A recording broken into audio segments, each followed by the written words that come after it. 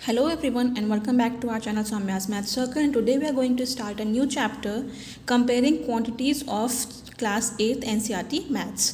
तो आज हम लोग इसका इंट्रो पढ़ेंगे, ठीक है।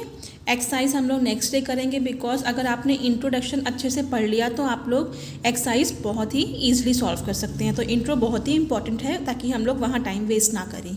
सो रेशियो और परसेंटेज आप लोग ऑलरेडी पढ़ चुके हैं, राइट लेकिन फिर भी मैं आपको रेशियो और परसेंटेज का थोड़ा सा इंट्रो बता दूंगी ताकि आपको आगे डिस्काउंट और कंपाउंड इंटरेस्ट वो सब पढ़ने में इजी रहे। सो रेशियो क्या होता है, मैं एक एग्जांपल से बताती हूँ। सपोज़ आपके क्लास में नंबर ऑफ़ बॉयज़ कितने होंगे एंड नंबर ऑफ़ गर्ल्स, ठीक है। समझो बॉयज़ 14 है एंड गर्ल्स समझो 16 या 18 है, 18 कर दिया, ठीक है। तो नंबर ऑफ़ गर्ल्स का रेशियो बॉयज़ से कितना होगा, गर्ल्स का 18 है एंड बॉयज़ का 14 है, दैट्स इट, ठीक है। हम लोग इसको रेशियो बोलते हैं, मतलब 18:14। अगर बॉयज़ इंस टू गर्ल्स का रेशियो पूछे तो हम 14:18 कर देते हैं, राइट। अगर हम लोग को इसी को रेशियो में ही मतलब परसेंटेज में कन्वर्ट करना है लेकिन रेशियो फॉर्म में, ठीक है, तो हम क्या करेंगे, पहले चलो छोटा सा एग्जाम्पल पहले ले लेते हैं। समझो कि 6:4 है बॉयज़ इंस टू गर्ल्स, ठीक है। तो अगर हमें बॉयज़ के परसेंटेज निकालने हैं, ठीक है, तो हम क्या लिखेंगे, 6 लिखेंगे और नीचे 6 + 4 कर देंगे एंड इंटू 100, ठीक है। और गर्ल्स का क्या करेंगे, गर्ल्स में 4 है तो और अपॉन नीचे क्या करेंगे, 6 + 4 इंटू 100। नीचे सेम रहेगा क्योंकि हम नीचे दोनों एडिशन कर रहे हैं। 6/10 इंटू 100, यहाँ 4/10 इंटू 100। 0 0 कट, 0 0 कट, तो क्या आ जाएगा, 60% का रेशियो 40%। मतलब अभी भी हम रेशियो में लिख रहे हैं लेकिन बॉयज़ वर्सेस गर्ल्स कितने हमने नंबर बोले थे, 6 और 4 बोले थे, तो उसको हम क्या लिखेंगे, बॉयज़ 60% है एंड गर्ल्स 40% है, राइट।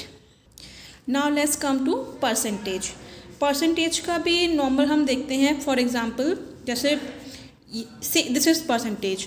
मान लो हम बोलते हैं कि हमारे क्लास में 40% बॉयज़ हैं एंड 60% गर्ल्स हैं, ठीक है।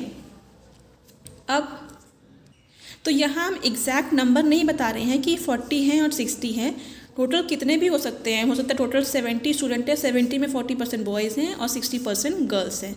तो वो आप लोग को निकालना आगे एक्सरसाइज में आप लोग समझ जाएंगे, राइट। तो फॉर एग्जांपल अगर एक छोटा नंबर ले लेते हैं, समझो हमें रेशियो को परसेंटेज में कन्वर्ट करना है, ठीक है। ऐसे रेशियो में नहीं लिखना है, प्रॉपर परसेंटेज में कन्वर्ट करना है। तो समझो अगर 2:3 कोई रेशियो है, मतलब नंबर ऑफ़ गर्ल्स ये हैं, बॉयज़ ये हैं, ठीक है। तो हम क्या करेंगे, हमें गर्ल्स का लिखना होगा तो हम 2/, यहाँ सम नहीं करेंगे, 3/100 करेंगे, राइट।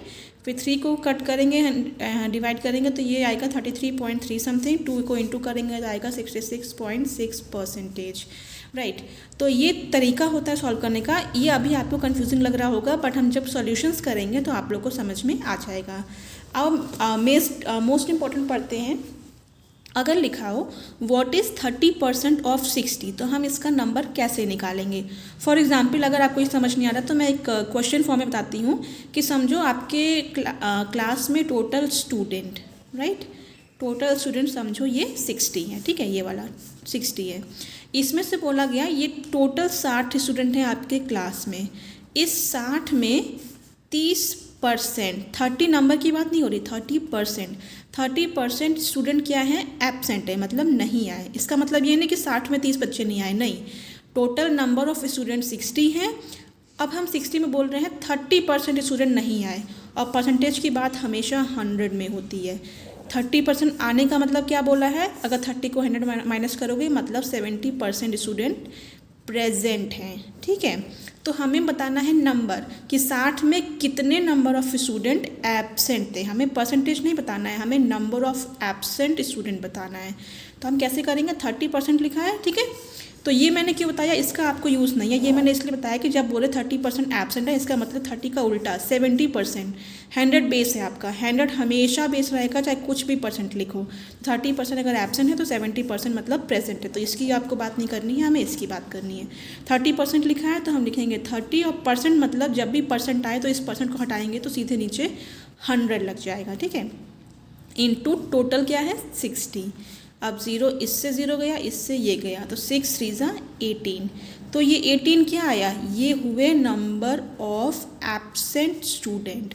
मतलब टोटल स्टूडेंट 60 थे तो एब्सेंट आपके 30% है, तो उस 30% की वैल्यू क्या आई है 18, 18 बच्चे एब्सेंट हैं। ठीक है, तो अगर आप 60 में से 18 माइनस करोगे तो जो आंसर आएगा वो होंगे प्रेजेंट स्टूडेंट और वो होंगे 70% के बराबर। तो अगर आप 70% ऑफ 100 निकालोगे तो वही नंबर आएगा। क्लियर। नाउ अब हम बात करते हैं जो क्वेश्चंस आपके इसमें एक्सरसाइज वगैरह में हैं, तो कैसे क्वेश्चन आपको सॉल्व करने हैं वो हम यहाँ से बताते हैं। ठीक है, तो अभी हमें क्या करना है, इंक्रीज और डिक्रीज फाइंड आउट करना है, मतलब पता करना है। तो फॉर एग्ज़ाम्पल मैं बोल रही हूँ, मान लो अगर आपने कुछ खरीदना चाहा, फॉर एग्ज़ाम्पल कोई बाइक खरीदना चाहा, तो बाइक का प्राइस अभी कितना है, समझो 50,000 है। ठीक है, 50,000 रुपीज़। ठीक है, इसी बाइक का जो दाम है आफ्टर 1 ईयर, 1 ईयर के बाद कितना, समझो कितना बढ़ गया, 10% बढ़ गया।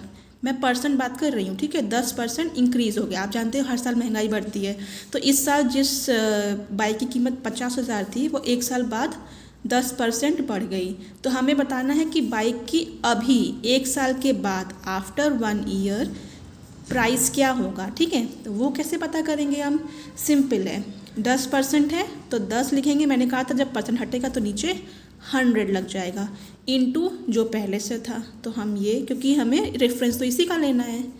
अब 2 0 से 2 0 कट, यहाँ क्या होगा 5 0 0, एक और 0, तो आ गया 5,000 रुपीज़। तो अब इसका मतलब ये नहीं है कि 5,000 रुपीज़ बाइक का दाम हो गया, नहीं, बाइक 50,000 की थी तो 5,000 की बाइक थोड़ी ना मिलती है, लेकिन जो 50,000 की बाइक पहले थी 1 साल बाद वो 10% बची, तो ये 10% की वैल्यू निकली है, 10% की वैल्यू 5,000। तो इस 50,000 में हम लोग 5,000 रुपीज़ ऐड करेंगे, तो अब जो आएगा ये बढ़ा हुआ प्राइस, मतलब जो महंगाई बढ़ी है, जो बाइक पहले 50,000 की मिलती थी अब 55,000 की मिलेगी, मतलब जो 50,000 की पहले मिलती थी अब 55,000 रुपीज़ की मिलेगी। तो ये इसका बढ़ा हुआ प्राइस है। और इसका जस्ट ऑपोजिट, अगर कोई बोले कि ऐसे तो महंगाई कम होती नहीं है, बाय द वे बाइक पहले 50,000 की थी, या समझो कोई लैपटॉप की बात है या किसी बुक की बात है जो पहले 5,000 की थी, अब वो घट गई, मतलब डिक्रीज़ हो गई 5% से। तो हम यही चीज़ करेंगे, 10 की जगह यहाँ 5% आ जाएगा, बट यहाँ हम डिक्रीज़ में माइनस करते हैं और इंक्रीज़ में प्लस करते हैं। तो ये आपको याद रखना है, जो ओरिजिनल अमाउंट है इंक्रीज़ में प्लस कर देंगे, और अगर डिक्रीज़ रेट की बात आ रही है तो इसी ओरिजिनल अमाउंट पे हम वो माइनस करेंगे।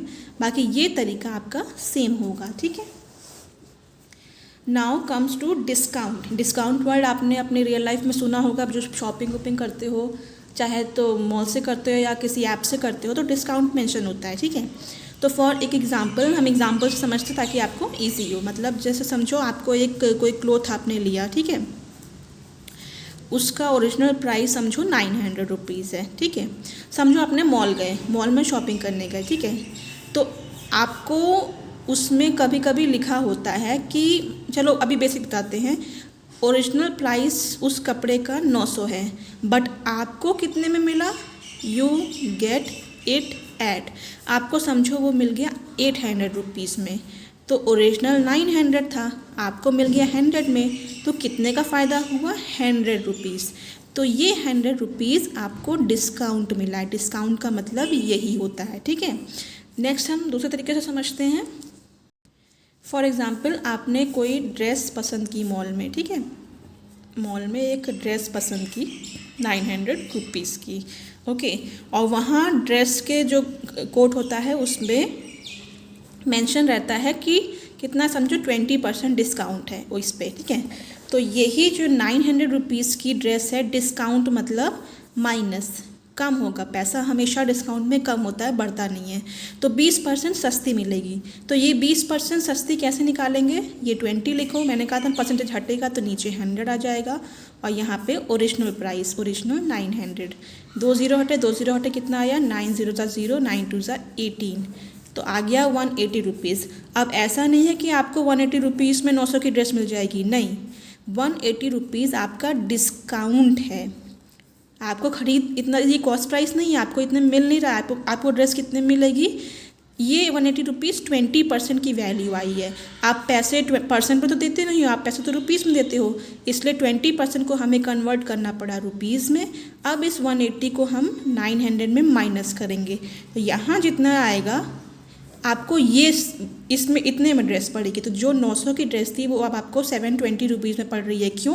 क्योंकि आपको 20% का डिस्काउंट मिला है। तो डिस्काउंट यहाँ कुछ भी लिखा रहे, आपको अपॉन 100 करना है, इंटू ओरिजिनल प्राइस करना है, और उस चीज़ को हमेशा ओरिजिनल प्राइस से माइनस करना है। कभी शॉप पर ये मत कह देना कि 900 की आपको 180 में मिल रही, नहीं, आपको माइनस करना है, जो आएगा आपको वो ड्रेस उतने में मिलेगी। ठीक है। नेक्स्ट टॉपिक है प्राइस। प्राइस क्या होता है? प्राइस का मतलब होता है कॉस्ट और वैल्यू ऑफ एनीथिंग। ठीक है, किसी भी चीज़ की जो वैल्यू होती है, और वैल्यू हमेशा किस में होती है, हम इंडिया में रहते तो हमारी जो वैल्यू निकलती है वो रुपीज़ में निकलती है। ठीक है। तो आपको अभी क्या है, कॉस्ट प्राइस, मैं पूरा लिख देती हूँ, कॉस्ट प्राइस और सेलिंग प्राइस, इसमें डिफरेंस पता होना चाहिए।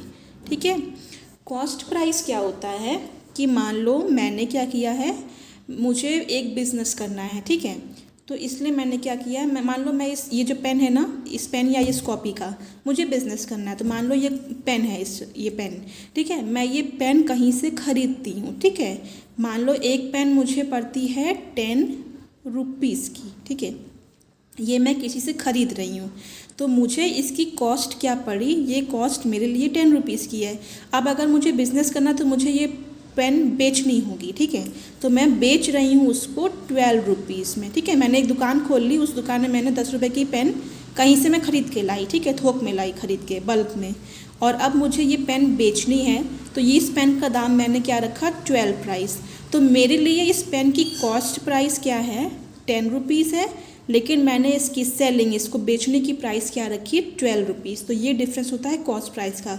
फॉर एग्जांपल, आप जब किसी दुकान पे जाते हो तो उनके दुकान में सामान रखा होता है, तो वो कॉस्ट प्राइस पे लेके आते होंगे, लेकिन वो सेल आपको कितने में बेचते हैं, थोड़ा पैसा बढ़ा के बेचते हैं, ताकि उनको कुछ फ़ायदा हो। ठीक है, तो यहाँ देखो, जब कॉस्ट प्राइस 10 की थी और सेलिंग प्राइस 12, 2 रुपये का अंतर है, तो ये 2 रुपये क्या होगा, ये 2 रुपीज़ प्रॉफिट होता है, मतलब आपका फ़ायदा हुआ। दुकानदार बेचता क्यों, ताकि उसका फ़ायदा हो, बिना फ़ायदे के तो वो बेचेगा नहीं, पर टाइम नहीं वेस्ट करेगा। ठीक है, इसलिए तो अगर देखो कॉस्ट प्राइस, ये कॉस्ट प्राइस अगर बड़ी होती है, ज़्यादा होती है सेलिंग प्राइस से, तो नुकसान होगा। मतलब हम खरीद रहे हैं कम ज़्यादा में और बेच रहे हैं कम में, तो नुकसान होगा। लेकिन अगर ये वाली चीज़ हो जाए, कॉस्ट प्राइस मेरी कम है, अगर हम सेलिंग प्राइस ज़्यादा रख रहे हैं, तो हमको प्रॉफिट होगा। ठीक है, मतलब हम ये पता है ना, जिधर फेस ओपन होता है वो बड़ा होता है।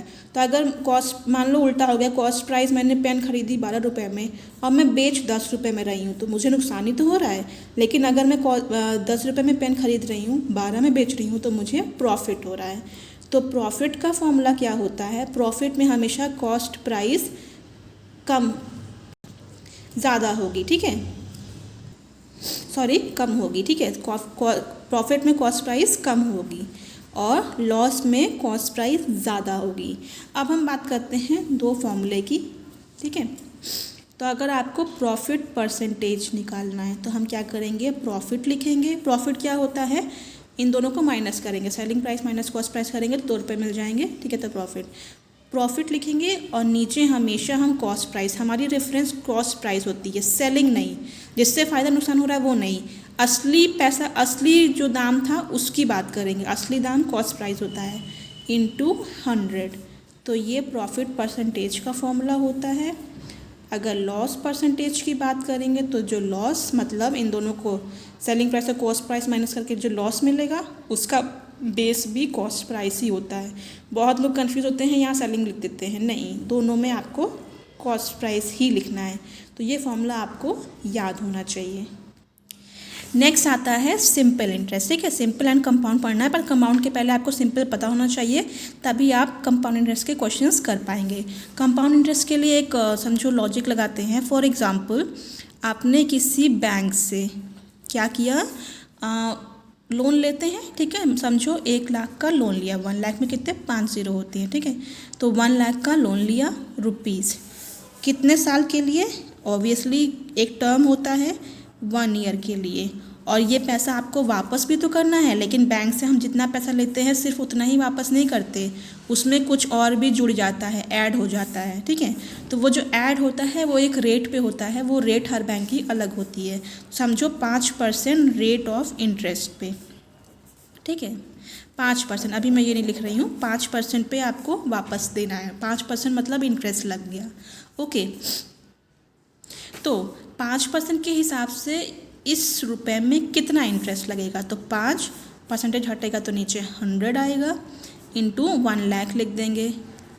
ठीक है, 2 जीरो से 2 जीरो कट, हमें कितना मिलेगा? 51230, इतना रुपीज़। अब ये जो ओरिजिनल पैसा जो हमने बैंक से लिया था, इसको हम बोलते हैं प्रिंसिपल अमाउंट। ठीक है, ओके, प्रिंसिपल अमाउंट बोलते हैं।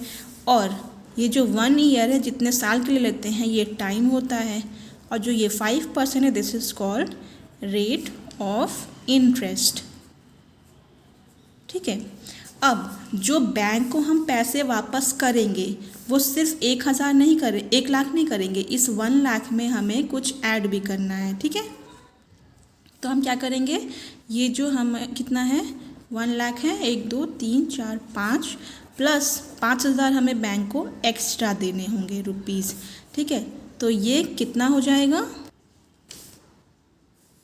105,000 रुपीज़। मतलब लिया हमने बैंक से 1 लाख था और दिया कितना, ये। तो इसका भी एक फॉर्मूला होता है। ये कैसे बना, ये दोनों देखो, ये आपको पता है, ये हमारा प्रिंसिपल था। ठीक है, प्रिंसिपल अमाउंट प्लस ये कितना क्या आया था, ये इंटरेस्ट आया था।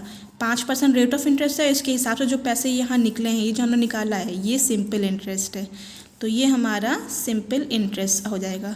और ये इधर क्या होगा, ये जो मिला है हमें, ये अमाउंट, तो amount is equal to P + I, कितना होता है इतना, ये हमारा अमाउंट है। ठीक है, A फॉर अमाउंट।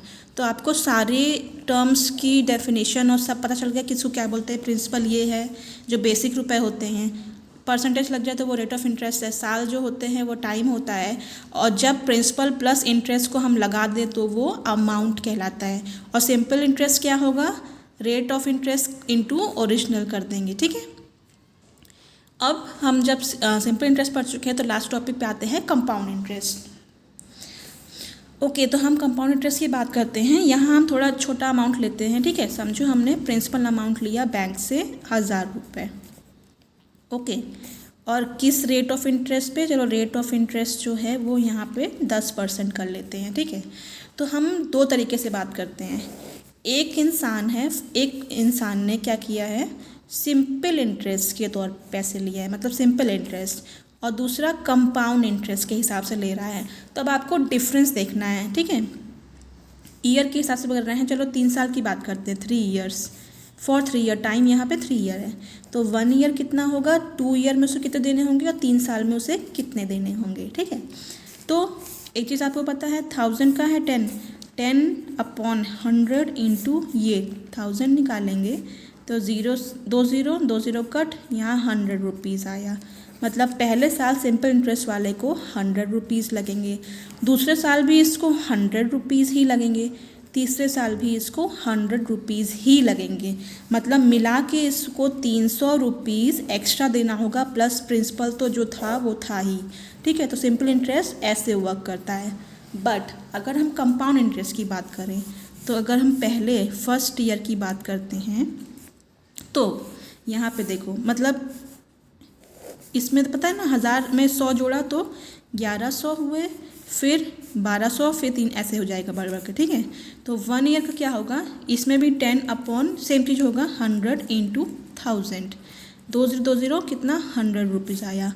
मतलब पहले साल में इसको 1000 प्लस 100 मिला के 1100 रुपीज़ देना होगा। ठीक है, ओके, इसको भी दूसरे में भी 11 ऐसे, दूसरे में इसको 100 मिलेगा, तीसरे में 100 मिलेगा, 300 ही एक्स्ट्रा देने होंगे।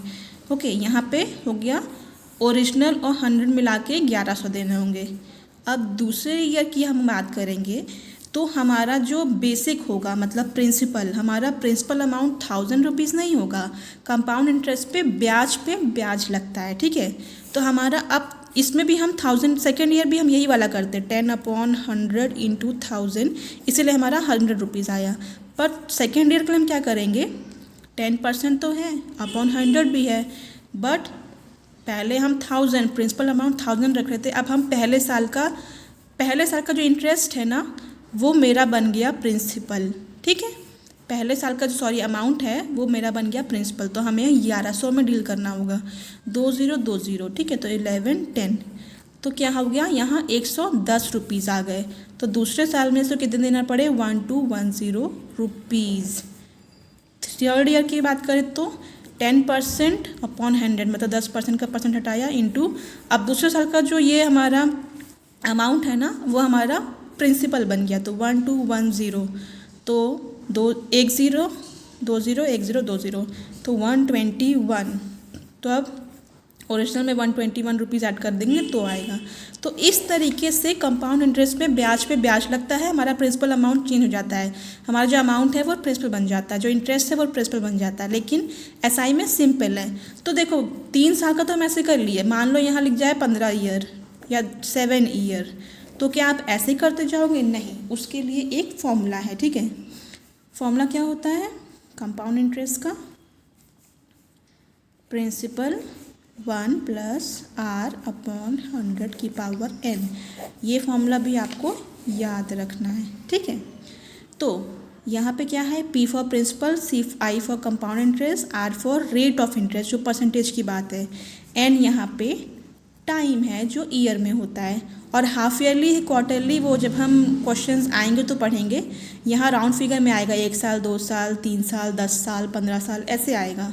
Half year, quarter year, 3/4 year आएगा तो हम आगे देखेंगे, वो अभी आपके कोर्स में नहीं है, मतलब जब आपके एक्सरसाइज में आएगा तो हम वहाँ पढ़ लेंगे, वरना यहाँ आप कन्फ्यूज़ हो जाओगे, ठीक है। तो कंपाउंड इंटरेस्ट का ये फॉर्मूला है, और जो मैंने सिंपल इंटरेस्ट बताया था उसका फॉर्मूला आपको पता ही होगा, PRT/100, ठीक है। ये SI का होता है, कैसे, देखो ये प्रिंसिपल है, ये रेट है, और रेट का परसेंटेज हंसता है तो ये आता है। क्योंकि टाइम यहाँ 1 ईयर था इसलिए मैंने कुछ नहीं लिखा था, वरना टाइम अगर 2 होता तो मुझे यहाँ 2 लिखना पड़ता, इसीलिए रेट टाइम P/100 सब होता है, ठीक है।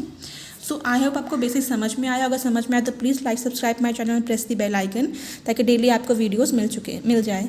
तो अगर आपको आगे भी और भी एक्सरसाइज पढ़नी है तो बेल आइकन प्रेस कर लीजिए। So thank you so much guys, और अगर कुछ बताना है, आपको कुछ पूछना है तो आप कमेंट बॉक्स में मेंशन कर सकते हैं। So thank you so much guys and have a nice day.